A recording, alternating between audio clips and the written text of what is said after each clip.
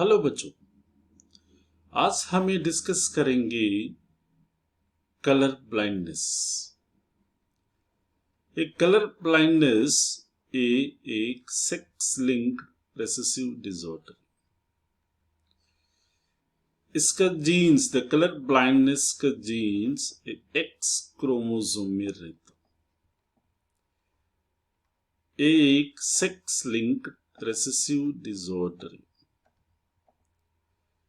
इसमें क्या होता है कि due to defect in red और green cones of eye, so due to defect in red और green cones of eye, ये green और red cones का आई में डिफेक्ट होने के लिए क्या होता है कि ये रेड और ग्रीन कलर को डिस्क्रिमिनेट नहीं कर सकते।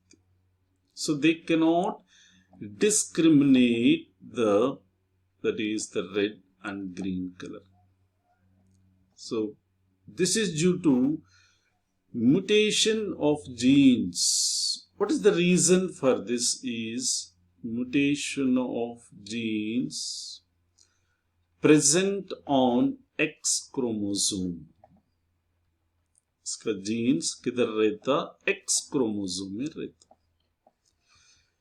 और ये कलर ब्लाइंडनेस मेल्स में 8% आने का संभावना है।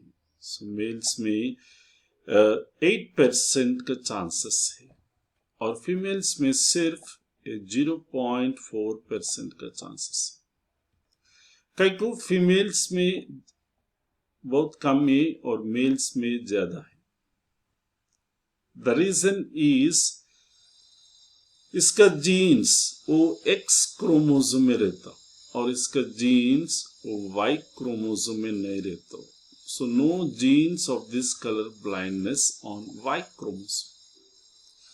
सो एक्स क्रोमोसोम में, that is in females, X chromosome में आने के लिए 2 एक्स क्रोमोसोम्स रिसेसिव होना। दैट इज एक्स क्रोमोसोम में एक्स स्मॉल सी रहे तो फीमेल्स में कलर ब्लाइंडनेस होता। लेकिन मेल्स में एक ही एक्स क्रोमोसोम रहता, एक्स क्रोमोसोम एक ही क्रोमोसोम रहता और दूसरा वाई क्रोमोसोम रहता, इसलिए होता। और फीमेल्स में कैरियर रहता। सो कैरियर बोले तो वो उसको डिसीज नहीं आता, लेकिन नेक्स्ट जनरेशन में that is 50% of being colour blind. So 50% of the colour blind next generation में आ सकता है। So here that is a daughters, a female से कलर ब्लाइंडनेस होना हो तो क्या रहना, उसका पेरेंट्स का जीनोटाइप क्या रहना। वो पेरेंट्स का जीनोटाइप बोले तो मदर कैरियर रहना।